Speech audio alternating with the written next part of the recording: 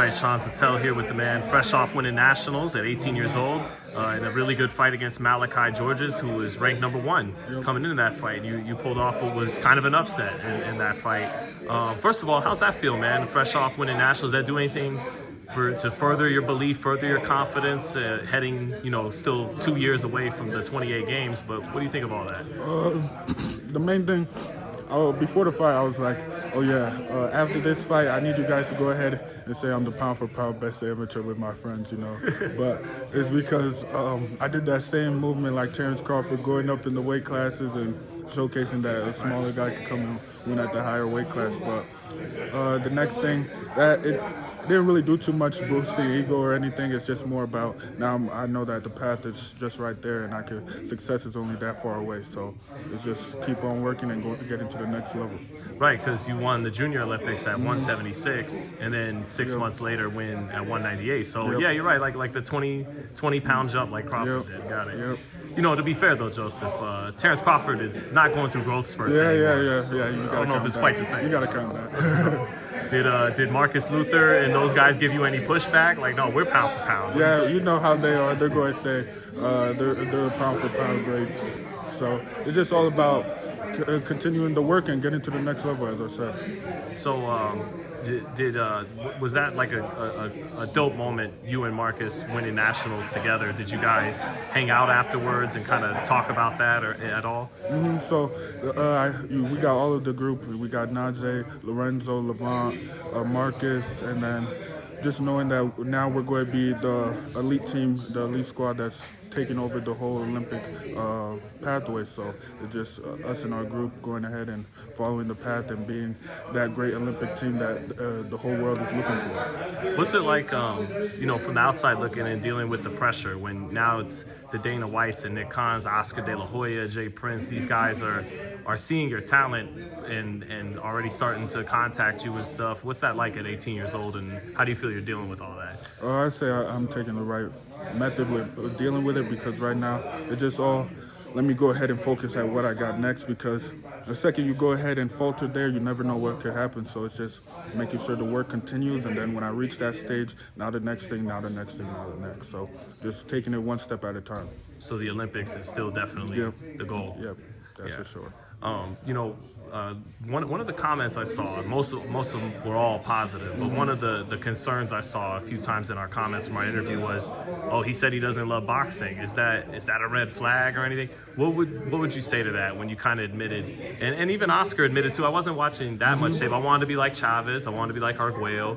But what would you say to that? To someone hearing, I don't necessarily love it like my dad loves it, and think it's a flag or something going forward? I would say to that statement, I would have probably quit 10 years ago if I didn't love the sport. So there's a love that you can have for anything. It's the same way I love food. It's not like I'm going to be eating it every second of the day, but when I get the chance, I'm going to love what I'm eating. So with that analogy, it's just like, this is what I love doing it. I love it, but to the next level, you got some fanatics. I'm not there yet. So it's only going to be a matter of time, especially when I get to that professional field. With this Olympic pathway, I'm going to be studying my opponents, studying the future professional fighters I'm going against, and making sure I know everything I need to know beforehand on how to go ahead and win that fight. So it's just following the right path, as I said.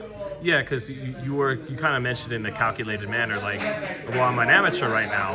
When I get to the pros, then it'll make more sense for me to study great professionals more too. So was there that aspect to it too? Like, you plan on doing that once that you cross that bridge to the professionals? Yeah, but the next thing, there's one fighter that I do love watching the most. It's Inoue, him training. That's the main thing I watch. But another comment I would like to talk about is I was looking through one day, I saw "Don't count your chickens," so that stayed with me. So it's just about like saying that if I don't go ahead and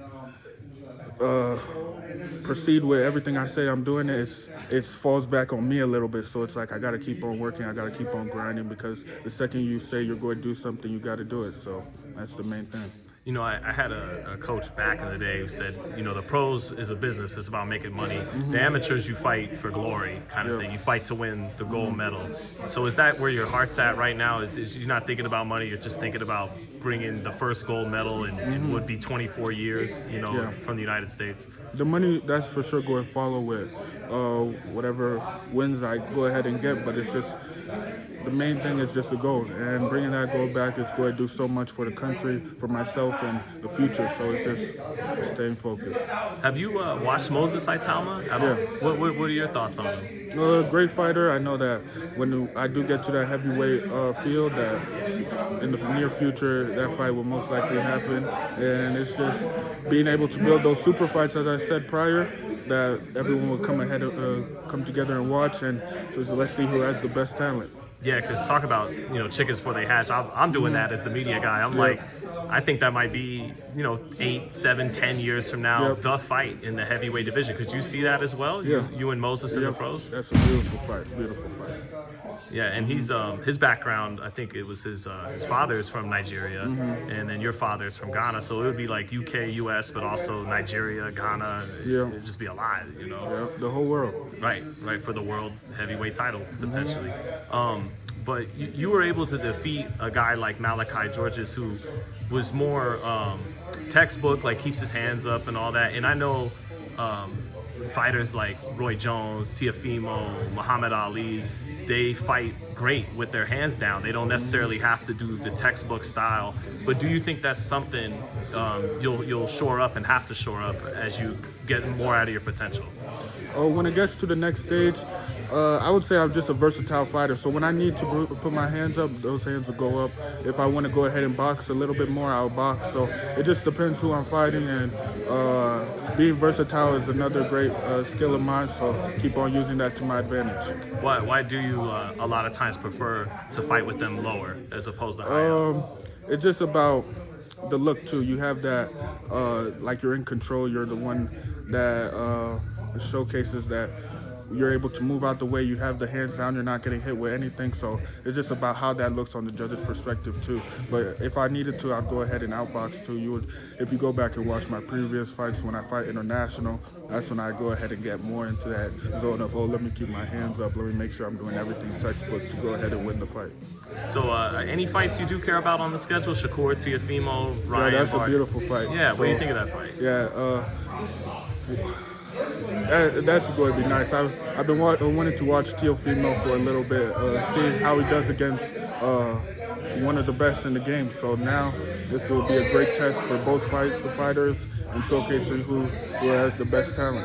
You ever meet Shakur? I know he still will come down to Colorado sometimes. So you've met him? No, when I went out to Houston, I met him over there. Right. Yeah, but I haven't seen him in the camp yet. So we'll have to see in the near future too if that happens. Are you doing some visits to Colorado Springs these days, to the Olympic Center? So on the 10th of this month, I leave out to the training camp to where I'm going to stay there for a whole month. That's going to be a selection camp, and then also a multinational camp where all of the a couple of different countries are coming out to the camp as well to come and do a 2-week sparring and training session. You know which countries? They got any of those Eastern European ones? Yeah, or? most likely. Okay, yeah, because they got a lot of they got a great amateur style too. And have you got a chance to meet Terrence yet? Because I know he'll come down there sometimes. I met him at one of the national tournaments prior when I was younger, but it wasn't like a full-on nice to meet you. Mutual exchange, but it's more like I just took a picture with him. Yeah, you'll meet all those guys in time, right? Yep. But and then lastly, man, I know we touched on it earlier about the business and everything, but did it feel good to have De La Hoya there? Watching at ringside, a guy who done it all.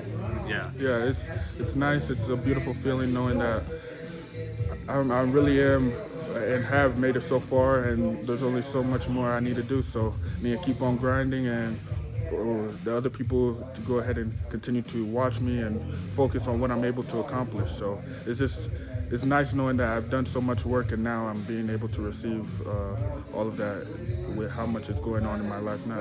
And lastly, I remember back last month we talked about that edge you carry in the ring and talked about it with Oscar, but it's like a slightly different man that first came in, had to warm up, had his game face on, got in the ring with Robin Safar, versus now that's all done, and it's how much different is that temperament mentality once it's time to fight?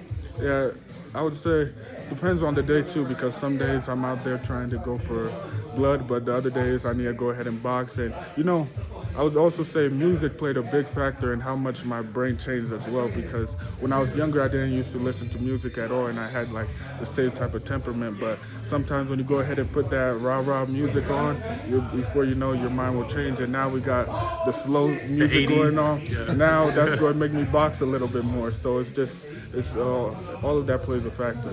Yeah, I think on your stories you had like NBA YoungBoy. Is that you listen to a lot of the new school? Yeah. You like any old school too, or? Like the 50 Cent, you got Tupac. That's stuff my dad likes. But when it comes to what I personally love to listen to is Yukon by Justin Bieber. That's that, and then Bloodhound Q50, one of his songs. Those are the two pre-fight songs that I always listen to. Gotcha, man. Good catching up with you. Appreciate you letting me watch the work today, Joseph. And we'll be following you, man, up until the Olympics and thereafter. Thanks for your time, man. Yep, thank you. Thank you, brother.